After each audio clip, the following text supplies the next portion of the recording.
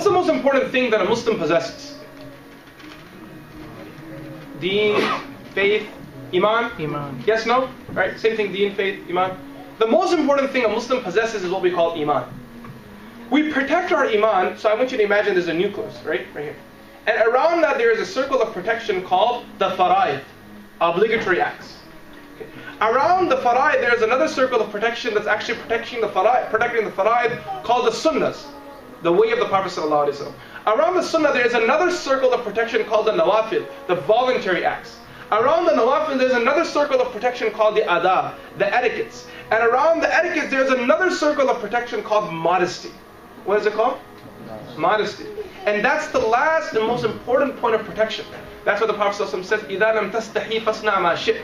That when you lose your modesty, then do whatever you want, because all the other layers are going to break away and you're going to be left with nothing.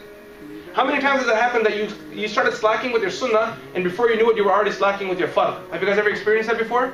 A little slack with your sunnah here and there. You know, there were certain adab, certain etiquettes that you should have done. You didn't follow those etiquettes, your sunnah's gone out of your hand.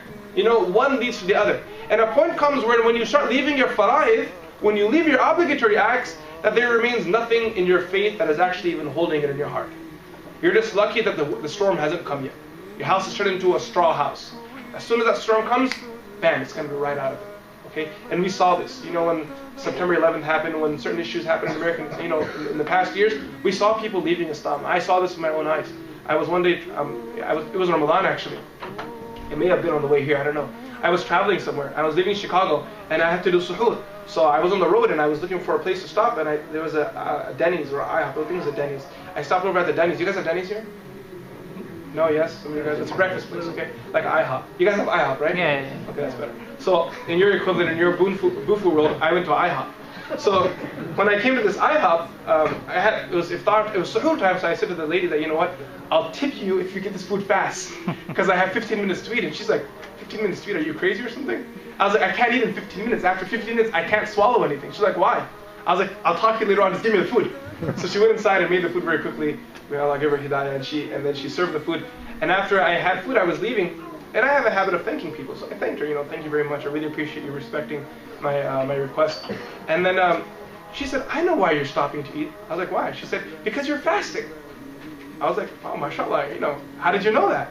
I was actually very happy that she knew about fasting. But the next statement brought me into tears. She said, oh, my parents used to be Muslim. And I was like, and it hurt me a lot.